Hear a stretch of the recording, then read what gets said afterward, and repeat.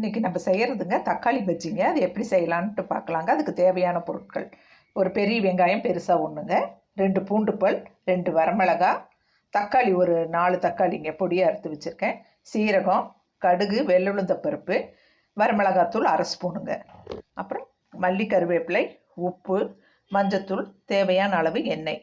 இப்போ நம்ம செய்யலாங்க. எண்ணெய் 2 ஸ்பூன் ஊற்றினா போதுங்க.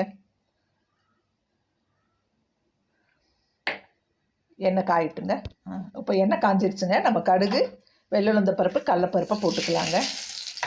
அதுலேயே நம்ம இந்த சீரகம் 1/2 ஸ்பூன் எடுத்து வச்சுருக்கோம் இல்லைங்களா, அதையும் போட்டுக்கலாங்க. போட்டுட்டு அது பொரியும் போது நல்லா பாருங்கள் பொரியுதுங்க.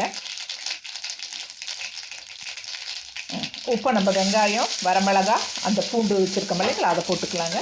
உப்பு நல்லா பெரட்டலாங்க. இது கொஞ்சம் வதங்கிட்டுங்க. உப்பை கருவேப்பிலை போட்டுக்கலாங்க. நல்லா இப்போ வதங்குதுங்க.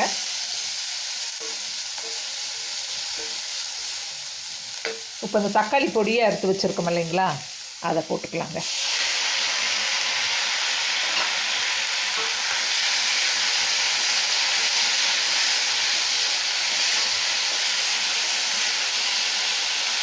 நல்லா வதங்கிட்டுங்க கொஞ்சம். இப்போ நல்லா வதங்கி வருதுங்க. இப்போ நம்ம மஞ்சத்தூள் போட்டுக்கலாங்க. அந்த மிளகாத்தூள் 1/2 ஸ்பூன் எடுத்து வச்சுருக்கோம் இல்லைங்களா, அதை போட்டுக்கலாங்க. ஏன்னா 2 வரமிளகா போட்டிருக்கோங்க, அதனால் நம்ம 1/2 ஸ்பூன் வெறும் மிளகாத்தூள் போட்டால் போதுங்க. உப்பு 1 ஸ்பூனுங்க. இதை நல்லா போட்டு இப்படி நல்லா கிளறிடணுங்க. கொஞ்சம் நல்லா வதங்கிட்டுங்க. இப்போ நல்லா வதங்கி வருதுங்க. இதில் நம்ம ஒரு டம்ளர் தண்ணி ஊற்றிக்கலாங்க. ஊற்றி நல்லா மூடி வச்சிட்டோம்னாக்கா நல்லா வேகுங்க. வெந்ததுக்கப்புறம் நம்ம கடைஞ்சிக்கலாங்க. சரிங்களா? இப்போ அப்படியே மூடி வச்சிடலாங்க. வேகட்டுங்க, பார்க்கலாம். இப்போ பாருங்கள், சூப்பராக பஜ்ஜி ரெடி ஆகிடுச்சுங்க. வெந்ததும் நான் அப்படியே கடைஞ்சிட்டேங்க. இப்போ நம்ம மல்லித்தலையை போட்டுக்கலாங்க.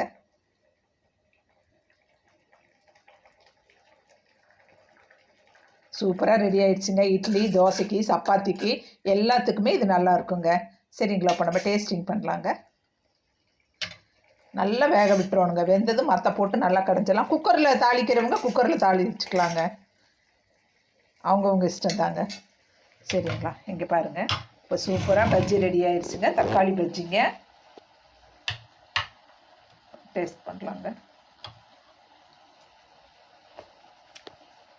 சூப்பராக நல்லா இருக்குங்க. ஊத்தாப்பம், ரோஸ்ட்டு, தோசை, இட்லி, சப்பாத்தி, பூரி எல்லாத்துக்குமே நல்லா இருக்குங்க.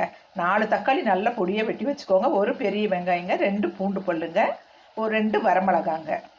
எண்ணெய் ஊற்றிட்டு கடுகு, வெள்ளுளுந்தப்பருப்பு, கடலப்பருப்பு, சீரகம் போட்டுட்டுங்க. பெரிய வெங்காயம் போட்டு நல்லா வதக்கிட்டுங்க.